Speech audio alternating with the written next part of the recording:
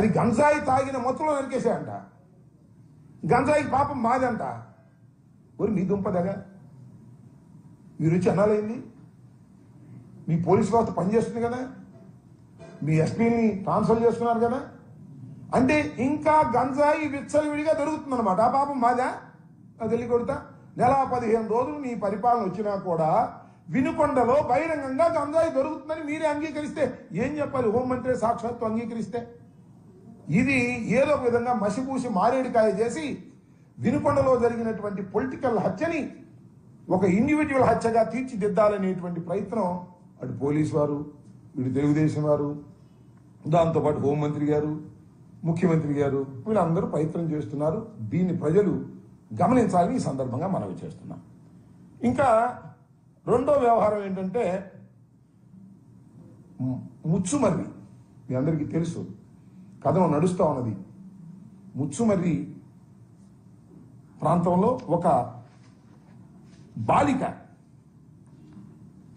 ఈ నెల 7వ తారీఖున 10 గంటలకు ఆడుకునేందుకు ఇంటి బయటకు వస్తే ఆమెని,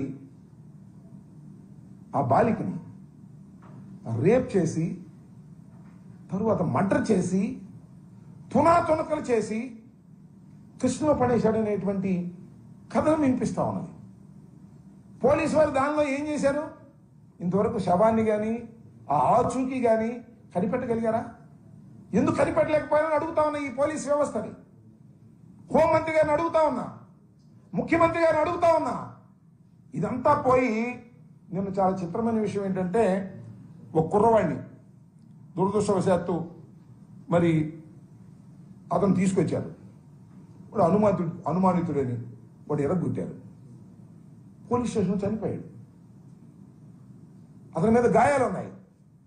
ఇది నేను చెప్తున్నటువంటి అంశం కాదు. ఇది పోలీసుల విచారణలో వ్యక్తి మృతి. ఇది ఈనాడులో వచ్చింది, వారి పత్రికలో.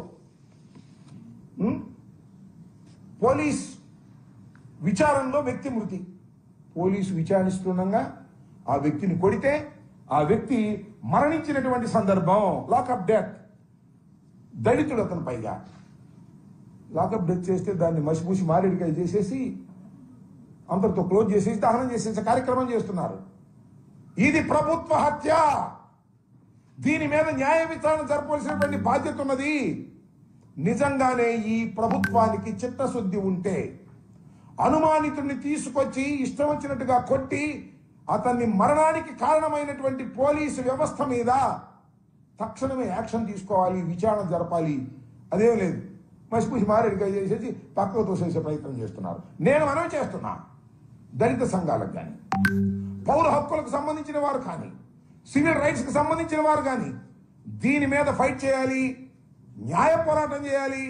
అవసరమైతే కోర్టుకు వెళ్ళి ఈ లాకప్ డెత్ మీద విచారణ జరపవలసినటువంటి బాధ్యత సమాజానికి కూడా ఉంది, న్యాయ వ్యవస్థ కూడా ఉందని ఈ సందర్భంగా మనం అవసరమైతే న్యాయ వ్యవస్థ సుమాటిగా కూడా తీసుకున్నటువంటి సంఘటనలు ఉన్నాయి.